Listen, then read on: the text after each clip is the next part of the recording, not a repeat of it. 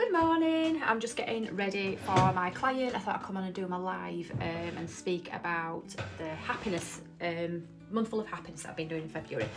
So as a beauty therapist, you know what it's like. You spend all your time making sure that everybody else is all right, listen to people's problems. I mean, you are literally a therapist, aren't you? When you're a beauty therapist, you are literally listening to problems like a counsellor.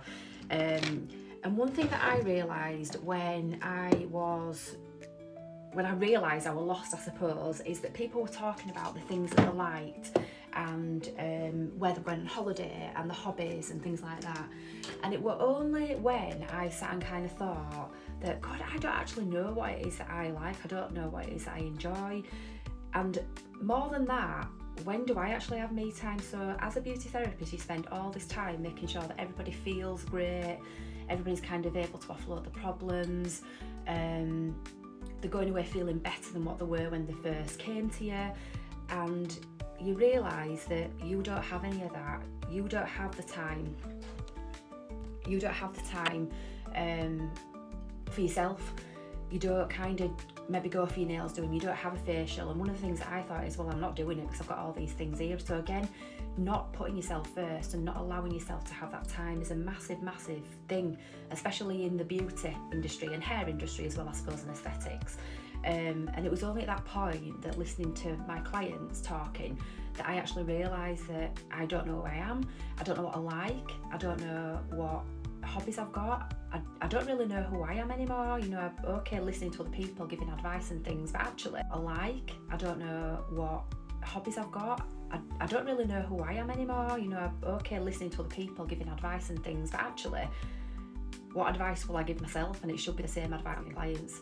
You know, kind of make time for you, do things that you like, figure out what you like.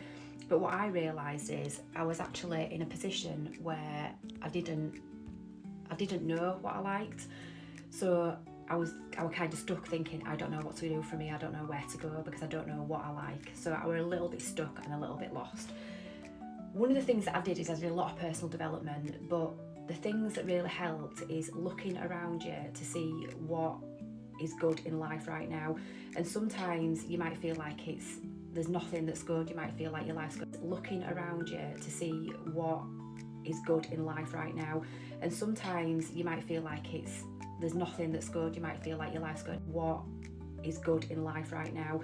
And sometimes you might feel like there's nothing that's good, you might feel like your life's going a bit crap. And when we're in this rut and when we're stuck, we feel like everything around us is shit, we feel like everything is crap and there's nothing good going for us.